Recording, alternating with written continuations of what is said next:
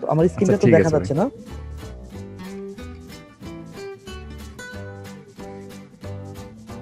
দেখা যাচ্ছে। আচ্ছা।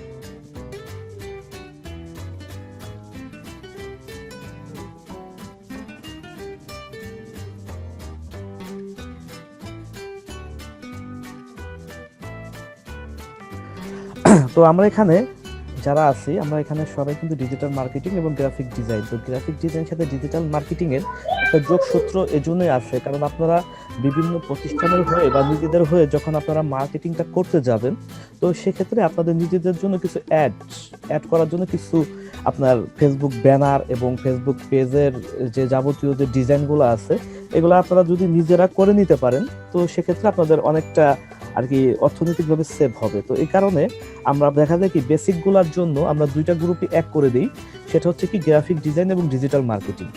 আমরা পর্যায়ক্রমে এভাবে আমরা আগাই। তো আজকে আমরা কথা বলবো গ্রাফিক ডিজাইনের একদম গোড়া থেকে, বেসিক লেভেল থেকে। তো এটা এই কারণে এখানে আপনাদের সাথে অনেকেই এখানে যেগুলো বেসিক পারেন তো পারেন, আর যারা পারেন না তারা নিউ, তারাও এখানে ব্যাপারটা মানে বিষয়টা বুঝে যাবেন ডিজিটাল মার্কেটিং কি এবং কেন। ডিজিটাল মার্কেটিং হচ্ছে অনেক বিশাল একটা সেক্টর, অনলাইন একটা মার্কেট প্লেসে আপনি ডিজিটাল মার্কেটিং এর উপরে অনেক বেশি আপনারা কাজ করতে পারবেন। এর পরিসর অনেক বেশি, অনেক বড়। আপনার প্রত্যেকটা কাজে কিন্তু একটা গন্ডি থাকে, কিন্তু ডিজিটাল মার্কেটিং এর যে গন্ডিটা আছে সেটা হচ্ছে অনেক বড়। তো ডিজিটাল মার্কেটিংটা কি? ডিজিটাল মার্কেটিংটা হচ্ছে আপনার কোনো প্রোডাক্ট থাকতে পারে বা আপনার কোনো তথ্য থাকতে পারে, সেগুলো ডিজিটাল ডিভাইসের মাধ্যমে ডিজিটাল অনুযায়ী যে প্ল্যাটফর্মগুলো আছে সেগুলা কি কি, যেমন ধরেন ফেসবুক, গুগল, হ্যাঁ, বিং, ইটিসির মাধ্যমে এটা কি করা, এটা বিজ্ঞাপন দেয়া।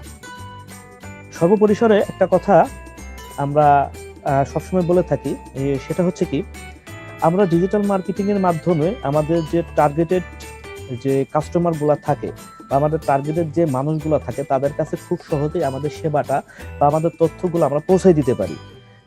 বিশেষ করে সেটা অফলাইন যে মার্কেটিংটা আছে সেটার মাধ্যমে হয় না। কেন হয় না?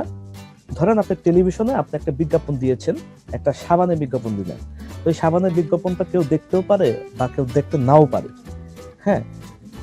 কিন্তু আপনি ডিজিটাল মার্কেটিং ক্ষেত্রে যখন আপনার প্রোডাক্টটা নিয়ে আপনার সার্ভিসটা দিবেন, একটা অ্যাড আপনি রান করবেন, তখন কিন্তু আপনার কাছে তারাই আসবে যারা আপনার এই প্রোডাক্টটা খুঁজতেছে। যেমন আপনি একটা ল্যাপটপ কিনতে চান, তো সেই ল্যাপটপ কিনতে হলে আপনি প্রথমে কোথায় যাবেন এবং কোথায় এটা রেট সম্পর্কে বা এটার যে একটা গুণগত মান, আপনি কিন্তু প্রথমে গুগলে চলে আসবেন এটা যাচাই করার জন্য। আমরা সবসময় মনে করি যে যারা ধরেন আপনি বেস্ট ল্যাপটপ, যারা বেস্ট ল্যাপটপটা এখানে আপনার সার্চ করবে, তারা কিন্তু মোটামুটি ভাবে ল্যাপটপ কিনবে। এই জন্য কিন্তু আপনার এখানে কি করে, গুগলে এসে খোঁজাখুঁজি করে। তো সেক্ষেত্রে ডিজিটাল মার্কেটিং এর যে বিষয়টা আছে সেই বিষয়টা সর্বোপরি অনেক উত্তম একটা পর্যায়ে চলে যায়। তো আশা করি আমরা বুঝতে পারছি ডিজিটাল মার্কেটিংটা কি। ডিজিটাল মার্কেটিংটা হচ্ছে আপনার প্রোডাক্ট বা আপনার যে কোনো বিষয় আপনি সেটা ডিজিটাল ডিভাইসের মাধ্যমে, ডিজিটাল ডিভাইসগুলো কি কি, ডিজিটাল ডিভাইসগুলো হতে পারে আপনার একটা ফোন, স্মার্টফোন, হতে পারে আপনার একটা ল্যাপটপ, হতে পারে আপনার পিসি, হতে পারে আপনার যে কোনো ডিজিটাল কানেকশন, ইন্টারনেট আপনার যে ডিভাইসের মাধ্যমে আপনি ব্যবহার করতে পারেন তাকেই বলা হয় ডিজিটাল ডিভাইস। এবং ডিজিটাল প্ল্যাটফর্মের মাধ্যমে সেটা কি করা, প্রচার এবং প্রচারণা করা, একেই সংক্ষেপে বলে ডিজিটাল মার্কেটিং। তো ডিজিটাল মার্কেটিং এর দুটা চ্যানেল থাকে, একটা হচ্ছে কি অনলাইন চ্যানেল এবং একটা হচ্ছে অফলাইন চ্যানেল। বিষয়টা আবার খেয়াল করবেন, ডিজিটাল মার্কেটিং এর কিন্তু দুইটা চ্যানেল, মানে দুইটা ওয়ে, একটা হচ্ছে অনলাইন এবং আরেকটা হচ্ছে অফলাইন। যদি আপনাদেরকে কেউ প্রশ্ন করে ডিজিটাল মার্কেটিং আমরা কিভাবে এবং আমরা এখানে ডিজিটাল মার্কেটিং করব কি কি বিষয়ের উপরে করতে পারি, তাহলে বিষয়গুলো আসবে আলাদা। কিন্তু বলা হয় ডিজিটাল মার্কেটিং আমরা কিভাবে করতে পারি এবং কোন ওয়েতে করতে পারি, তাহলে এখানে আসবে ডিজিটাল মার্কেটিং আমরা দুইটা ওয়েতে করতে পারি, একটা হচ্ছে অনলাইন চ্যানেল এবং আরেকটা হচ্ছে অফলাইন চ্যানেল। তো দেখে নিই আমরা অনলাইন মার্কেটিং চ্যানেলগুলো কি কি। তো ডিজিটাল মার্কেটিং এর অনলাইন যে চ্যানেলগুলো আছে সেগুলো হচ্ছে website marketing, SEO, PPC, paper click. পেপার ক্লিকটা হচ্ছে কি, আপনি বিভিন্ন যে মার্কেট প্লেসগুলোতে যখন আপনি অ্যাড আপনারা দিবেন, সেই মার্কেট প্লেসগুলো হতে পারে ফেসবুক, হতে পারে বিং, হ্যাঁ। তো এদেরকে কিন্তু পিপিসি আকারে আপনারা কিন্তু এই অ্যাডটা রান করবেন। পর্যায়ক্রমে কিন্তু আপনারা অনেক গভীরে যখন যাবেন, যখন আপনারা ফেসবুক মার্কেটিং এ যাবেন, তখন পিপিসিটা বুঝতে পারবেন। তো যারা এই নামটা আগে শুনেছেন তো শুনলেন, তো যারা শোনেন নাই তো তারা এখন শুনে নিলেন। পিপিসি, পিপিসিটা হচ্ছে পেপার ক্লিক। ওইখানে যখন একটা রান করা হয়, এখানে পার ক্লিকের জন্য একটা অ্যামাউন্ট বরাদ্দ করা হয়। হ্যাঁ, তাকে বলা হচ্ছে পিপিসি। তারপর হচ্ছে কন্টেন্ট মার্কেটিং। আপনি বিভিন্ন লেখালেখির মাধ্যমে আপনি কিন্তু কন্টেন্ট এখানে মার্কেটিংটা করতে পারবেন। Email marketing, social media marketing. Social media marketing এর ভিতরে কিন্তু কয়েকটা এখানে ভাগ আছে, যেমন Facebook marketing, YouTube marketing, Instagram marketing ইত্যাদি ইত্যাদি। তারপর আসতেছে অ্যাফিলিয়েট মার্কেটিং। অ্যাফিলিয়েট মার্কেটিংটা কিন্তু ডিজিটাল মার্কেটিং এর আওতায় পড়ে। এখন বলা হচ্ছে অ্যাফিলিয়েট মার্কেটিংটা কি। তো অ্যাফিলিয়েট মার্কেটিংটা হচ্ছে অন্য একজনের প্রোডাক্ট, অন্য কোম্পানির যে কোনো একটা প্রোডাক্ট আপনি এখানে কি করলেন, সেই প্রোডাক্টটার হয়ে আপনি একটা বিজ্ঞাপন দিলেন, সেই প্রোডাক্টটা সেলের মাধ্যমে আপনার যে প্রমোশনটা আসবে সেটাই হচ্ছে অ্যাফিলিয়েট মার্কেটিং। তারপরে আসতেছে মোবাইল মার্কেটিং। আচ্ছা ভাই, একটা কথা, একটা কোশ্চেন ভাই। জি বলেন। আমি এটা কোথায় মার্কেটিংটা করব কই? সামনে আসতেছে, দেখতে পারবেন কোথায় মার্কেটিংটা করতে পারবেন। আচ্ছা আচ্ছা আচ্ছা ভাই, সরি। তো তারপর আসতেছে মোবাইল মার্কেটিং। মোবাইল মার্কেটিংটা কি, এটা অ্যাপস এর মাধ্যমে মার্কেটিংটা করতে হয়। তো আপনারা দেখবেন বিভিন্ন অ্যাপস এর ভিতরে কিন্তু বিভিন্ন অ্যাড আসে, এটা হচ্ছে মোবাইল মার্কেটিং যাকে বলা হয়। আর ভিডিও মার্কেটিংটা, এটা আমরা সবাই জানি, ইউটিউব হচ্ছে আপনার গুগলের পরে হচ্ছে ইউটিউব। সবচেয়ে বড় পরিসর ভিজিটর কিন্তু আপনার ইউটিউবে থাকে। তো যে কোনো ভিডিও মেকিং করে আপনি কিন্তু ইউটিউব মার্কেটিং এ বা ভিডিও মার্কেটিংটা আপনি খুব সহজে করতে পারবেন। এখন ওয়েবসাইট মার্কেটিংটা, এই ভাই কোশ্চেন করলো ওয়েবসাইট মার্কেটিং আমরা কোথায় করতে পারি। আমরা ওয়েবসাইট মার্কেটিংটা কিন্তু আমরা গুগলে করব, এবং আমরা কোথায় করবো, ফেসবুকে করব, ইনস্টাগ্রামে করব, ইটিসি প্ল্যাটফর্মে কিন্তু আমরা করব। এসইওটা হচ্ছে কি, এসইওটা হচ্ছে সার্চ ইঞ্জিন অপটিমাইজেশন। এই সার্চ ইঞ্জিন অপটিমাইজেশনটা হচ্ছে কি, আপনার যে কোনো একটা ওয়েবসাইট বা যে কোনো একটা আপনার তথ্য বা যে কোনো একটা ভিডিও, সেটা হচ্ছে কি প্রথম সারিতে রাখা। এসইএমটা হচ্ছে পেইড, আর এসইওটা হচ্ছে ফ্রি। আমরা শব্দ না করি, এসইওটা হচ্ছে ফ্রিতে এবং এসইএমটা হচ্ছে পেইডে। তো আমরা এসইও সাবজেক্ট নিয়ে যখন কথা বলবো তখন আমরা একটা বিস্তারিত আমরা জেনে নিব।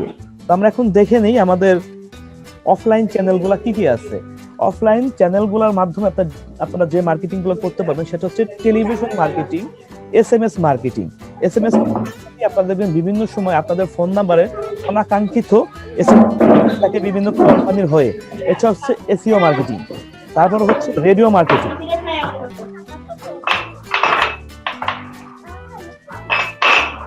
অফ করেন না, মানে পাশে যেন কি যেন সমস্যা হচ্ছে।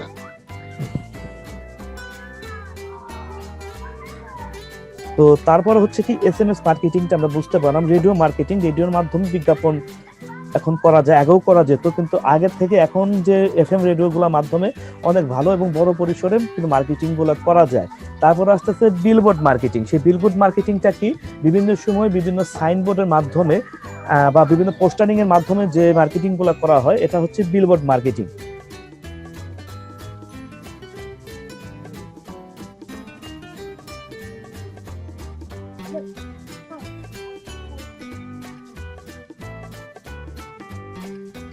একটু ওয়েট করেন, হ্যাঁ, আমার এই লিংকটা ছুটে গেছে।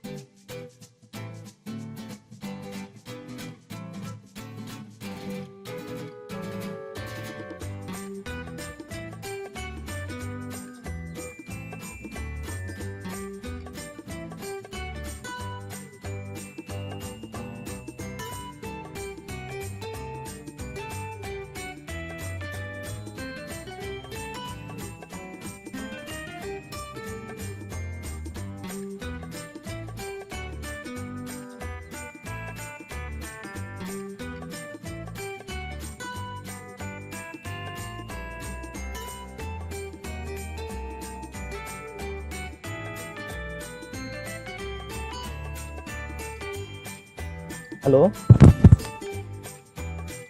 আমার কথা শোনা যাচ্ছে? জি, শোনা যাচ্ছে।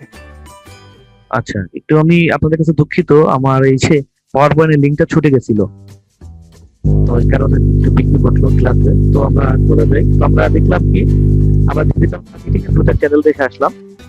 তো একটা চ্যানেল হচ্ছে কি অনলাইন চ্যানেল, একটা হচ্ছে কি অফলাইন চ্যানেল, তাই না?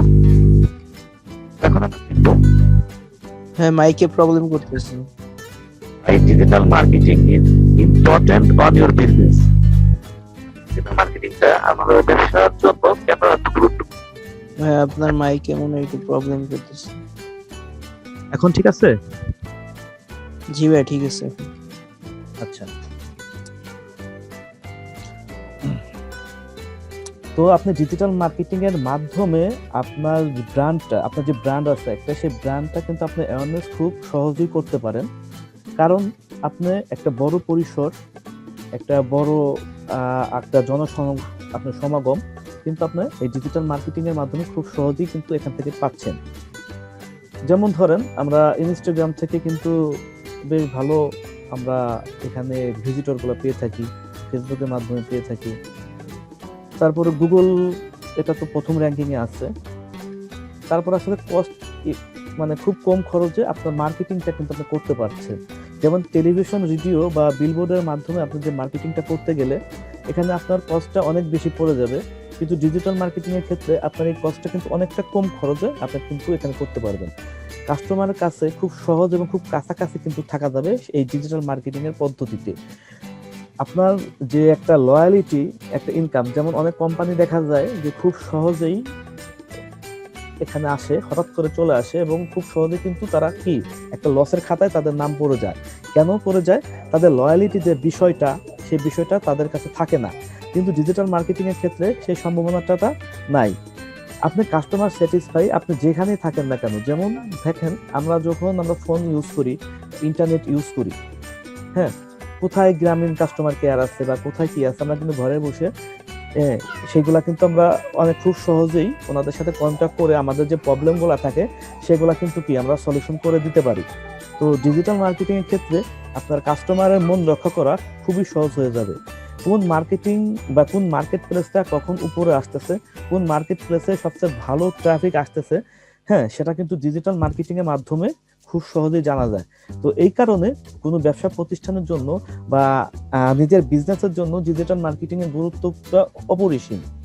আমি সবসময় একটা কথা বলে রাখি, যারা ডিজিটাল মার্কেটিংটা শেখার জন্য আপনার মনে করে যে না ডিজিটাল মার্কেটিংটা শিখতে হবে, তো এদের ভাগ্যটা সবসময় অনেক ভালো থাকে। কারণ এই ডিজিটাল মার্কেটিং এর মাধ্যমে অফলাইন এবং অনলাইন দুটোর ক্ষেত্রেই কিন্তু সফলতাটা খুব সহজেই এখানে নিয়ে আসা যায়। কেরিয়ার অপরচুনিটির দিকে তাকাইলে পরে আমরা প্রথমেই দেখি যে ডিজিটাল মার্কেটিং এ যে বিষয়টা আছে, যারা ডিজিটাল মার্কেটিং শিখে তারা কিন্তু ম্যাক্সিমামই কি হয়ে যায়, এক একজন একটা কোম্পানির মালিক হয়ে যায়। একটা কোম্পানির মালিক হইতে কিন্তু অনেক বেশি টাকা লাগে না। অনলাইন সেক্টরে আপনি যদি একটা কোম্পানি অ্যাডমিন হতে চান, সেক্ষেত্রে শুধুমাত্র আপনার ইচ্ছা শক্তিটা থাকলেই আপনি খুব সহজে হতে পারেন। কারণ আমরা দেখেছি শপিফাইতে ড্রপ শিপিং নামে একটা অপশন আছে। আপনি সেই ড্রপ শিপিং এর মাধ্যমে কিন্তু অন্যের প্রোডাক্ট নিয়ে এসে আপনি নিজেই কিন্তু একটা অ্যাডমিন হয়ে যেতে পারেন। ডিজিটাল মার্কেটিং মাধ্যমে আপনি প্রফেশনাল জবও কিন্তু আপনি করতে পারেন। বিভিন্ন কোম্পানিতে আপনি প্রফেশনাল ভাবে আপনি যদি জয়েন করতে চান, সেক্ষেত্রেও কিন্তু সেই সম্ভাবনাটাও আছে। অনলাইন থেকে আপনি ইনকাম খুব সহজেই ডিজিটাল মার্কেটিং এর মাধ্যমে করা যায়। এবং আপনি যখন ডিজিটাল মার্কেটিং শিখে যাবেন, আপনি ফ্রিল্যান্সিং, বিভিন্ন মার্কেট প্লেসে কিন্তু আপনি ফ্রিল্যান্সার হিসেবেও কাজ করতে পারবেন।